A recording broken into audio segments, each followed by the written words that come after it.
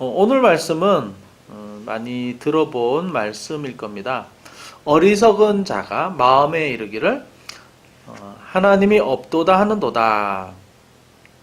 14편의 말씀을 보통 이제 무신론자들이 하는 이야기에 대해서 하나님이 아니다라고 변증하는 말씀으로 보통 일반적으로 이해를 하는데요. 오늘 말씀은 무신론자에 대한 이야기로 처음 시작을 하기는 하죠. 그런데 무신론, 하나님이 없다라고 하는 것에는 두 가지가 있습니다. 하나님 존재 자체를 거부하는 무신론이 있고요. 또 한 가지는 뭐냐면 하나님을 인정하기는 합니다. 그러나 마음에서나 아니면 그의 삶에서 인정하지 않는 사람들도 있습니다. 이것을 뭐라고 그러냐면 실천적 무신론자라고 그럽니다. 다른 말로 뭐라면 명목상 그리스도인이라고 부르기도 합니다. 실천적 무신론이라는 것이 무엇이냐면요, 하나님이 있다는 것은 동의는 합니다. 그럼요, 하나님 있죠 라고 동의는 합니다. 그러나 아무리 봐도 하나님 믿는 사람 같지가 않고 예수님 믿는 사람 같지가 않은 겁니다. 증거가 보이지 않는 겁니다. 거짓말도 너무 많이 하고 사람들을 너무 무시하고 너무 성공과 돈만 밝히는 겁니다. 베풀 줄도 모르는 겁니다. 직장 생활하고 학교 다니는데 교회 다니는데 사람들을 계속 힘들게 합니다. 요즘 이런 뉴스들이 가끔 나옵니다. 참 안타까운 일인데 교회에서는 아주 훌륭한 장로님이세요. 그런데 무슨 검찰에 불려가는 일이 자주 나옵니다. 그래서 감옥에도 자주 왔다 갔다 하고요.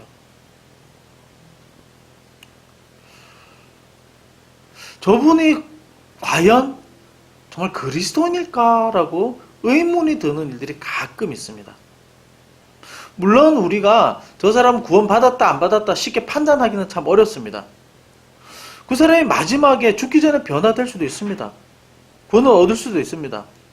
그런데 하는 걸 보면 너무 아닌 거죠.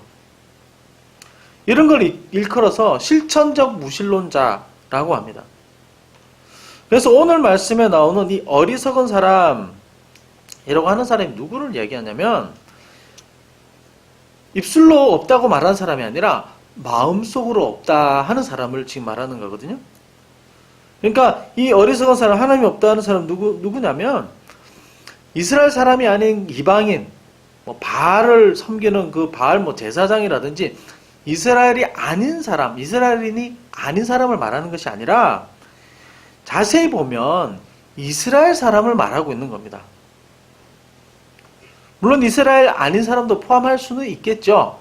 그런데 이 본문을 자세히 보면 이스라엘 사람 중에서 마음으로 하나님이 없다 하는 사람을 지금 말하고 있는 겁니다. 그러니까 이미 하나님이 있다는 것은 인정은 동의는 하는 사람이라고 할 수 있습니다. 이 사람은요, 오늘 말씀해 보면 이스라엘의 지도자들, 권력을 가진 사람들을 말하고 있는데 그 근거가 뭐냐면 1절에서 입술로 없다 하는 것이 아니라 마음으로 없다라고 말하고 있는 사람이고요. 그러니까 겉으로는 하나님 아는 것처럼 보이는 것을 전제하고 있는 겁니다. 그리고 이 사람은 선한 행실을 하지 않는 사람입니다. 그러니까 율법의 말씀대로 행하지 않는 사람을 말하는 거죠. 그리고 6절에 보면은 가난한 사람의 계획을 부끄럽게 한다. 뭐냐면 가난한 사람을 좌절시키고 낙담시킨다 라고 하는 겁니다. 그러니까 가난한 사람들을 힘들게 하고 가난한 사람들이 있는 것을 더 빼앗고 가난한 사람들을 더 고통스럽게 하는 사람들을 말하는 거죠. 그러니까 지금 이 일이 어디서 일어나고 있냐면 이스라엘 안에서 일어나고 있는 겁니다. 그리고 이스라엘 역사에서 보면은 실제로 이런 일들이 너무 많았습니다. 입술로는 하나님을 존경한다 이렇게 이야기를 하면서 그렇게 살지 않는 사람들이 너무 많았습니다. 이스라엘에 수많은 왕들이 있었죠. 그 왕들 중에 어떤 때는 선지자의 말을 잠깐 들었다가 뒤돌아서면은 바알을 섬기고 또 자기가 다른 나라 여인을 들여와서 결혼하고 나서 그 여인이 섬기는 신을 막 섬기는 그 우상을 막 들여와가지고 섬기는 왕들도 굉장히 많이 있었습니다. 그 중에 대표적인 왕이 아합 왕이었죠. 아합 왕은 엘리야 선지자가 뭐라고 막 이야기를 하면 듣는 것처럼 보였습니다. 그런데 뒤돌아서면은 하나님 믿는 사람들을 막 핍박하고 또 엘리야를 죽이려고도 했고 또 나쁜 짓을 하나님 말씀에 반하는 일도 참 많이 했었죠. 그래서 이사야, 예레미야 선지자들이 온 백성을 향해서 이스라엘 지도자들을 향해서 책망했던 많은 내용 중에 하나가 뭐냐면 이렇게 이야기를 합니다. 이 백성이 입술로는 나를 존경하되 마음은 내게서 멀도다. 이사야서 29장 13절에서 이런 말씀을 하고 있죠. 그래서 우리가 오늘 말씀에서 두 가지를 한번 생각해 보고자 합니다. 이 실천적 무신론자에 대해서 하나님은 무엇을 정죄하고 지적하고 있는가라는 것이고요. 두 번째는 그러면 진정한 믿음을 가진 사람들에게는 하나님은 어떤 소망을 주시는가? 그리고 두 가지를 생각해 보고자 합니다. 그러면 첫 번째로 실천적 무신론자에 대해서 하나님은 무엇을 정죄하고 지적하고 있는가라는 겁니다. 두 가지인데요. 하나님을 마음으로 인정하지 않는 것과 그 행실이 선하지 않은 것 두 가지를 지적하고 있습니다. 이 두 가지는요, 달라 보이지만 똑같은 겁니다. 하나님을 마음으로 믿지 않는 것과 그 행실이, 그 태도와 삶이 하나님 말씀대로 행하지 않는 것, 이 두 가지는 같은 겁니다. 다시 말하면 진실되게 하나님을 믿으면 그 삶에 하나님 말씀에 대한 열매가 있다는 거죠. 율법의 말씀이 우리가 배우는 대로 규범의 말씀인 줄 알고 그 말씀대로 살려고 하는 겁니다. 마음으로 하나님을 진실로 믿으면요, 실제로 말과 행동과 삶에서 작지만 눈에 크게 띄진 않지만 변화가 일어난다는 겁니다. 선한 일을 하게 된다는 거죠. 그 반대가 뭐냐면 입술로만 고백하고 형식적으로만 믿으면 실제로 삶에 아무런 변화가 없다는 겁니다. 실천적 무신론에 대한 문제는 아주 중요하죠. 성경에서 생각보다 많은 부분 이 문제에 대해서 다루고 있습니다. 대표적인 성경 구절이 어딜까요? 마태복음 7장 21절에서 23절에 보면 이렇게 이야기를 합니다. 잠깐만 읽어드릴게요. 나더러 주여 주여 하는 자마다 다 천국에 들어갈 것이 아니요 다만 하늘에 계신 내 아버지의 뜻대로 행하는 자라에 들어가리라. 그날에 많은 사람들이 나더러 이르되 주여 주여 우리가 주의 이름으로 선지자 노릇하며 주의 이름으로 귀신을 쫓아내며 주의 이름으로 많은 권능을 행하지 아니하였나이까 하리니 그때에 내가 그들에게 밝히 말하되 내가 너희를 도무지 알지 못하니 불법을 행하는 자들아 내게서 떠나가라 하리라. 자, 이 말씀은 누구에게 하는 말씀일까요?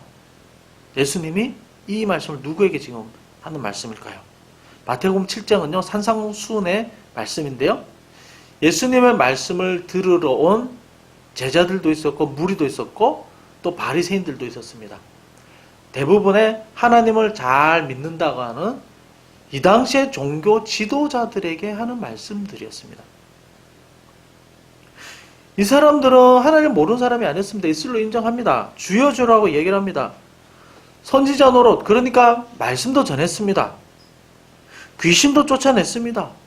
기적도 일으켰습니다. 그러나 하나님이 마지막 날에 뭐라고 그러냐면 내가 너희들을 모르겠다.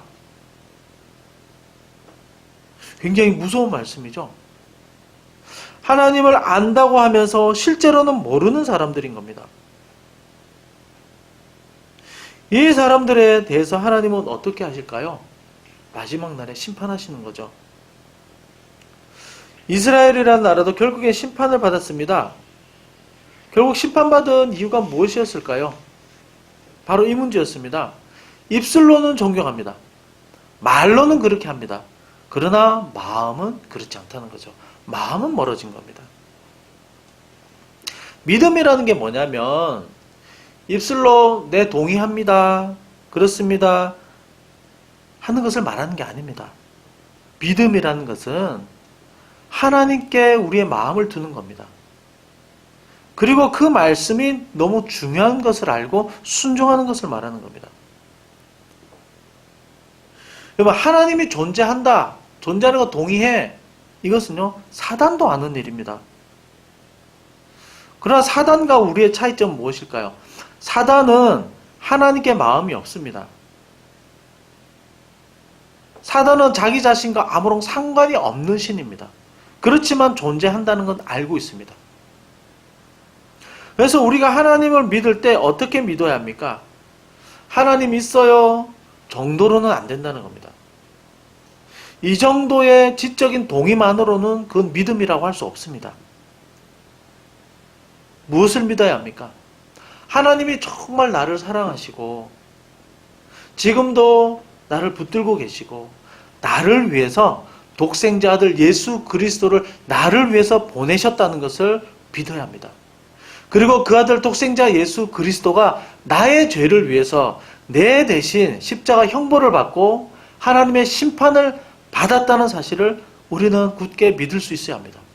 그래서 예수님 때문에, 그 예수님을 믿기 때문에 내가 구원을 얻었고 영원한 생명을 가질 수 있었다는 것을 믿을 수 있어야 합니다. 그리고 예수님을 생각하면 내 죄를 바라보고 떠올리면서 그것을 하나님 앞에서 회개하고 늘 하나님 앞에 자복할 수 있어야 됩니다. 이것을 통해서요, 하나님의 사랑이 얼마나 크고 놀라운지 깨닫는 겁니다. 그 사랑을 안다면 우리의 몸과 마음이 바뀌지 않을 수 없는 겁니다. 너무나도 나를 사랑하는데, 누군가 나를 너무나도 사랑하고 있는데 어떻게 그 사람의 말이 그냥 허투루 들릴 수 있겠습니까? 나를 너무나 사랑해서 그 아들을 보내주셨는데 어떻게 내가 내 마음대로, 내가 하고 싶은 대로 살 수 있겠습니까? 정말로 하나님을 사랑한다면 우리의 생각과 우리의 마음과 우리의 태도가 영향을 받지 않을 수가 없는 거죠. 누군가를 사랑하면 그렇습니다. 정말 누구를 사랑하게 되면 그 사람이 원하는 거, 그 사람이 말하는 것을 귀담아 듣고 그렇게 해주고 싶어 합니다. 내가 맨날 늦게 일어납니다. 아침에 6시에 일어나야 됩니다. 자꾸 늦게 일어납니다. 그래서 사랑하는 사람에게, 남자친구한테, 여자친구에게 내가 너무 늦게 일어나니까 나한테 모닝콜 좀 해줘. 내가 아침에 자꾸 늦게 일어나 지각을 하게 돼. 일을 잘 못해. 정말 사랑하는 사람이라면 자기가 먼저 6시에 일어나서 전화를 해서 깨워주죠. 알람 소리로는 내가 안 돼. 나한테 좀 전화 좀 해서 당신의 목소리를 좀 들어야 되겠어. 라고 한다면 그 사람이 흔쾌히 해주는 거죠. 말로만 사랑한다고 그러면 그런 거 안 해주죠. 말로만 사랑한다고 마음이 없으면 그런 거 아무것도 안 합니다. 자기도 피곤한데 그냥 자버리죠. 정말 마음이 있으면, 정말 사랑이 있으면 손과 발이 움직이고 마음이 움직이는 거죠. 자기야, 내가 너무 힘들어. 이거 들기가 너무 힘들어. 그럼 그래? 내가 들어줄게. 번쩍 들어서 옮겨주는 거죠. 하나님을 진짜 믿는 것은요, 그리고 하나님을 정말 사랑한다는 것, 하나님이 나를 사랑한다는 걸 정말 안다면 내가 거기에 반응하지 않을 수 없는 겁니다. 내가 움직일 수밖에 없는 거죠. 기도하지 않을 수 없고, 말씀 보지 않을 수 없고, 그 말씀대로 실천하지 않을 수 없는 겁니다. 이 하나님의 말씀이 나에게 너무나도 중요하다는 것을 아는 겁니다. 단순한 한 가지의 말씀이라도 그 말씀대로 살려고 실천하는 겁니다. 그런데 우리가 이 원리는 잘 알죠. 아는데 이 말씀대로 살기가 참 쉽지가 않습니다. 말씀대로 사는 것은 내가 하고 싶은 것과 부딪히는 일들이 너무 많습니다. 불편한 것도 감수해야 됩니다. 때로는 손해도 봐야 되고요. 또 때로는 피곤한 일이 좀 생기기도 합니다. 그래서 오늘 말씀에서 믿음으로 정말 믿음으로 살려는 의인들이 당하는 핍박에 대해서 지금 나오고 있습니다. 이 핍박과 어려움은 공교롭게도 누가 핍박하는 거냐면 실천적 무신론자들이 하는 핍박들입니다. 그러나 오늘 말씀 하반절에서 하나님은 참 믿음 가진 사람들에게 힘을 주시고 소망을 주시고 위로를 주고 있습니다. 그래서 오늘 말씀에서 생각하고자 하는 두 번째입니다. 참 믿음을 가진 사람에게 어떤 은혜를 주시는가? 하나님 우리의 진정한 피난처가 되시고 기도할 때 반드시 응답해 주십니다.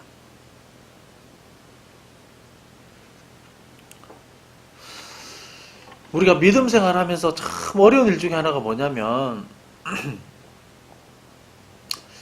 같은 하나님 믿는 사람들인데 그런데 저 사람 좀 가짜로 믿는 것 같습니다.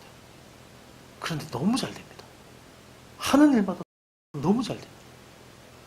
막 거짓말하고 사기치는데 막 사업이 막 승승장구하고 또 같은 목사님인데 저분은 진짜 어떻게 저런 말씀을 하시나 하는데 너무 사람들이 많이 모여드는 겁니다. 너무 잘 되는 겁니다.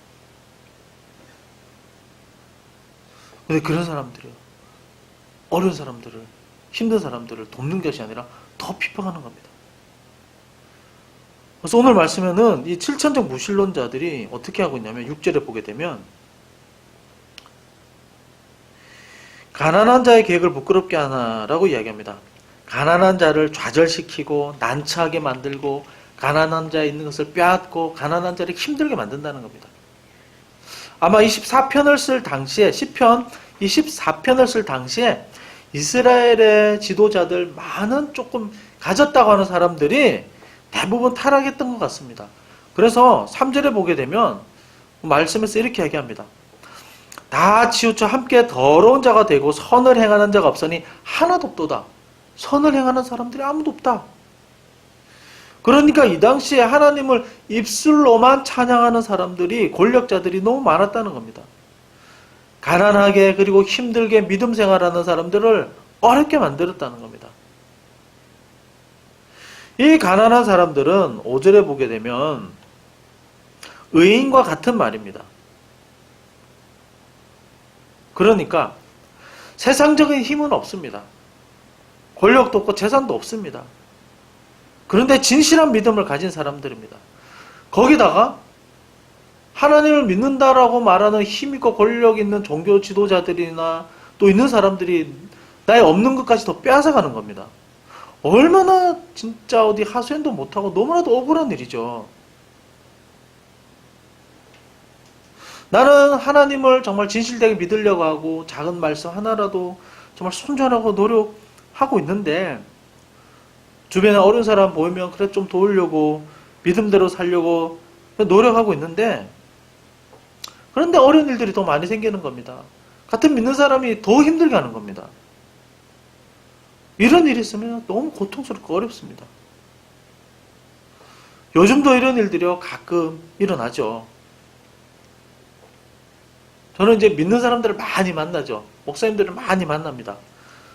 주변에 정말 훌륭하게 너무나 존경스럽게 생각하고 또 도우면서 하나님의 말씀대로 살려가는 목사님들이 얼마나 많은지 모릅니다. 우리 같이 함께 예배드리는 장애인사에 가는 저 목사님도 김정식 목사님 우리가 한번 연합 예배 드렸죠. 연예인으로 나갔으면 얼마든지 잘 나갈 분이시고 또 이것저것 뭐 연예계 쪽 발이 워낙 넓으셔가지고 이쪽으로 일하면 얼마든지 잘하실 분이지만 또 일반 사역을 하셔도 너무 잘하실 분이지만 굳이 어려운 장애인 사역을 하겠다고 저렇게 서울에서도 아니고 파주도 저 위쪽에 사람들도 잘 오지 않는 그 안쪽에 들어가서 거의 지금 뭐 10여 년 동안 지금 사역을 하고 있는 거죠. 근데 이런 분들은 또 사람들이 보기에 막 큰 것을 누리고 잘 살지도 못합니다. 그런데 어떤 분들은요, 맨날 TV에 방송에 나오면서 사고 치면서요, 너무 잘하고 있는 겁니다. 큰 건물을 가지고 있고, 세상적으로 볼 때 너무 잘 되는 겁니다. 이런 걸 보는 것만 해도 상당히 힘들죠. 그리고 어떤 분들은 너무 세속적으로 성경이 아닌 것을 갖고 계속해서 메시지를 전하는 겁니다. 예수 믿으면 부자 됩니다. 기적이 일어납니다. 모든 병이 다 낫습니다. 제가 천국을 보고 왔는데요. 저와 함께 기도하면 천국을 같이 보게 됩니다. 이상한 얘기 하는 사람 많습니다. 그런데 사람들이 막 벌떼처럼 막 모여들고 인기가 많습니다. 야, 이거 굉장한데? 나도 좀 따라 해봐야 되나? 이런 생각이 문득 들기도 하지만 그건 아니죠. 이것은 진실한 믿음이 아닙니다. 속이는 믿음이죠. 종교 사업입니다. 이런 것과 타협하지 않는 것은 어렵습니다. 묵묵하게 이런 걸 다 알지만, 이런 걸 알지만 굳이 하지 않는 분들이요, 참 귀한 분들이 많습니다. 어떤 분들은 이야기합니다. 빨리 부흥시켜야지. 그래야지 유능한 사역자지. 빨리 뭔가 잘 돼야지. 그래야 유능한 사람이지. 뭐 그렇게 귀에 쏙 들어오진 않습니다. 별로 관심이 없습니다. 빨리 부흥시켜야지. 그럼 저는 그럽니다. 아이고, 뭐 저는 안 될 것 같습니다. 저는 그보다 바르게 목회하는 게 더 관심이 많습니다. 바르게 살고 바르게 목회하는 것이 중요합니다. 저는.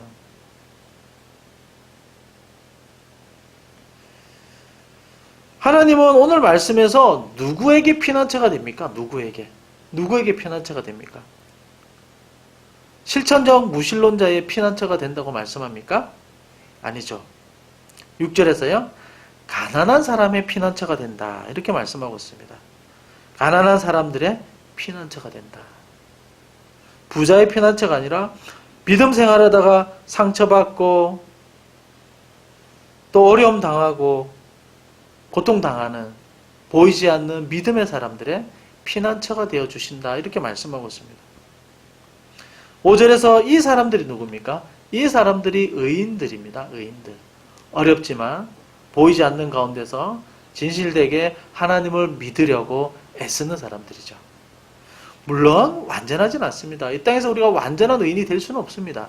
그렇지만 내가 가진 하나님 아는 지식으로 하나님을 또 고백하는 그 고백으로 진실되게 살려고 하는 것이죠. 보이지 않는 곳에서 진실한 믿음을 가지고 지금도 하나님 앞에서 정직하게 살려고 하는 믿음의 사람들이 얼마나 많이 있는지 모릅니다. 그 사람들이 바로 심령이 가난한 사람들이죠. 그 사람들이 바로 천국이 너희들의 것이다. 이렇게 하나님 예수님께서 말씀하셨죠. 하나님은 이 사람들과 함께 하신다. 5절에서요. 의인들과 박해받는 사람들과 함께 하신다. 이렇게 말씀하고 있습니다. 그리고 7절에서 이 사람들의 기도에 대해서 반드시 응답해 주신다. 말씀하고 있습니다. 7절에 이스라엘의 구원이 시온에서 나오기를 원하는도다. 다른 번역 성경에서는요. 기도입니다. 하나님 시온에서 나오셔서 구원해 주십시오. 하나님 시온에서 나오셔서 구원해 주십시오. 예루살렘에 있는 언덕인데요. 시온이라는 것은 하나님이 임재하는 곳으로 보통 이야기를 많이 하는 곳입니다. 하나님 거기서 나오셔서 우리의 형편을 보시고 하나님 좀 구해 주십시오. 진실로 믿음을 가진 사람들의 기도입니다. 이렇게 기도할 때 하나님은 반드시 들어주겠다고 말씀하고 있습니다. 7절 다음 절에서 여호와께서 이렇게 이야기합니다. 여호와께서 그의 백성을 포로된 곳에서 돌이키실 때에 야곱이 즐거워하고 이스라엘이 기뻐하리로다. 포로된 곳에서 돌이킬 때에 무슨 말이냐면 이스라엘이 지금 포로 끌려갔다가 지금 되돌아오는 그 바벨론 상황이 아니라 보통 전쟁에서 지금 포로로 끌려가는 일반적인 상황을 이야기를 하는데요. 운명이 바뀌는 것을 이야기를 합니다. 포로된 곳에서 돌이키실 때에 그의 상황과 형편이 완전히 바꾸는 것을 말하고 있습니다. 하나님께 간구하고 기도할 때 그 어렵고 힘든 가운데서 믿음 생활하는 사람들이 하나님 앞에 진실로 간구할 때 하나님께서 반드시 그의 상황을 역전시켜 주시고 바꾸어 주시고 하나님이 그에게 진실로 기쁨을 허락해 주시겠다고 약속하고 있는 겁니다. 너희가 진실로 기도할 때, 어려움 가운데 정말 진실되게 하나님 앞에서 살아갈 때 하나님께서 너희에게 정말 큰 기쁨을 주겠다. 모든 것을 바꾸어주는 큰 기쁨을 너희에게 허락해 주겠다. 하나님이 얼마나 전능하시고 얼마나 놀라운 분인지 너희들에게 알려주겠다. 반드시 그렇게 하겠다라고 하나님이 오늘 말씀에서 약속해 주고 있는 겁니다. 오늘 말씀에서 보면서요, 우리가 두 가지를 꼭 기억했으면 좋겠습니다. 실천적 무신론자의 어리석음에 대해서 우리가 봤는데 우리는 그 길로 가지 말아야 되겠죠. 오히려 어렵고 힘든 순간이 온다 할지라도 우리가 믿는 대로 또 바르다고 생각하는 길대로 하나님께서 깨닫게 하신 대로 그대로 살려고 우리는 애쓰고 노력해야 될 겁니다. 이런 의지도 성령 하나님께서 더해 주시는 겁니다. 그때 하나님이 우리와 함께 하시고 우리의 피난처가 되어 주신다고 오늘 약속하고 있습니다. 그래서 하나님 안에서 우리가 참된 믿음을 가진 의인이 되기를 주님의 이름으로 축원드립니다.